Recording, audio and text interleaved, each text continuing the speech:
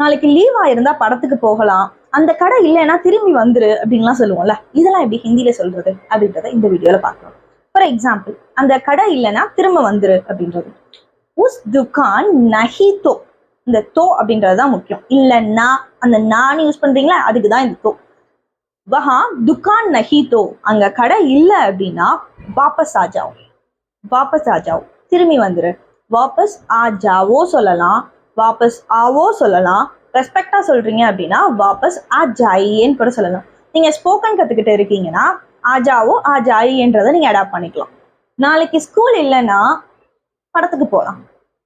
கல் ஸ்கூல் நஹி தோ, கல் ஸ்கூல் நஹி தோ பிக்சர் சலேங்கி. பிக்சர் சலேங்கி அதாவது படம் அப்படின்றதுக்கு வந்து நம்ம மூவி அந்த மாதிரி யூஸ் பண்ணிட்டு இருக்கோம்ல. நார்த் இந்தியாவில் மேக்ஸிமம் பிக்சர்ன்றதான் சொல்லுவாங்க. ஸோ அதனால தான் நான் இங்கே பிக்சர்னே யூஸ் பண்ணியிருக்கேன். பிக்சர் சலேங்கே அப்படின்றத யூஸ் பண்ணலாம். ஸோ இந்த மாதிரி சென்டென்ஸ் மேக் பண்ணி கமெண்ட்ஸில் ட்ராப் பண்ணுங்க, நான் உங்களுக்கு கரெக்ட் பண்ணுறேன். For more video like this, नीचे follow करो वारका हिंदी इंस्टीट्यूट.